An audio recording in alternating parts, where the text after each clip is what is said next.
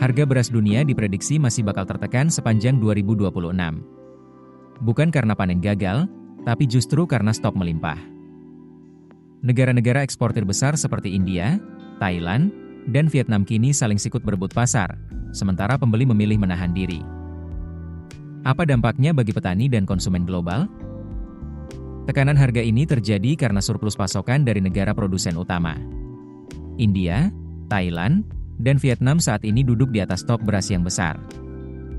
Kondisi ini membuat pembeli global merasa punya posisi tawar kuat, sehingga menunda pembelian dan menekan harga jual. Senior Vice President Olam Agri India, Nitin Gupta, menyebut para pembeli sengaja menguji kesabaran penjual dengan menahan kontrak. Akibatnya, harga beras India diperkirakan bisa turun lagi sekitar $15 hingga $25 per ton hingga Maret, seiring masuknya panen musim baru yang diproyeksikan mencetak rekor.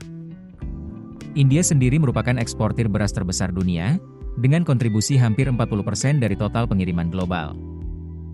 Saat ini, beras Parbelet 5% broken dari India ditawarkan di kisaran AS355-AS360 per ton, sementara beras putih 5% broken berada di rentang AS350-AS355 per ton. Harga ini lebih rendah dibandingkan Thailand dan Vietnam. Tekanan semakin kuat karena stok lama belum habis. Panen baru justru menambah tumpukan cadangan. Data pemerintah India menunjukkan stok beras di gudang negara naik hampir 12% secara tahunan, mencapai rekor 57,57 juta ton pada awal Desember, setelah lembaga negara mempercepat pembelian gabah petani. Di level global, Organisasi Pangan dan Pertanian Dunia, FAO, memperkirakan produksi beras dunia pada musim 2025-2026 mencapai rekor 556,4 juta ton, naik 1,2% dibanding tahun sebelumnya.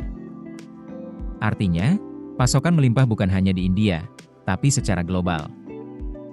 Harga beras yang rendah tentu menjadi kabar baik bagi konsumen, terutama di kawasan Afrika dan negara-negara yang sensitif terhadap harga pangan. Namun, di sisi lain, petani Asia yang menghasilkan hampir 90% beras dunia justru tertekan. Margin keuntungan mereka yang sudah tipis kini semakin menyusut.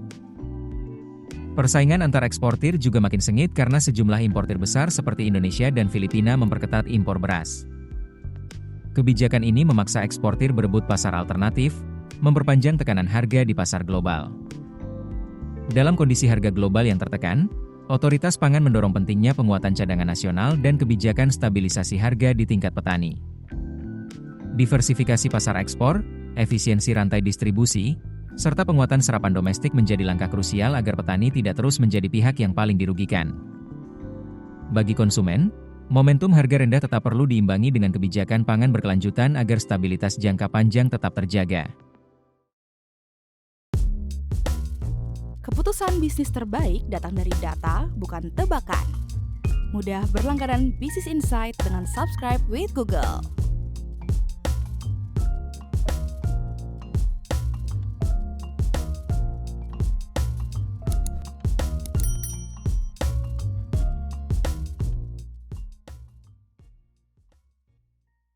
Download aplikasi Kontan sekarang di App Store atau Play Store.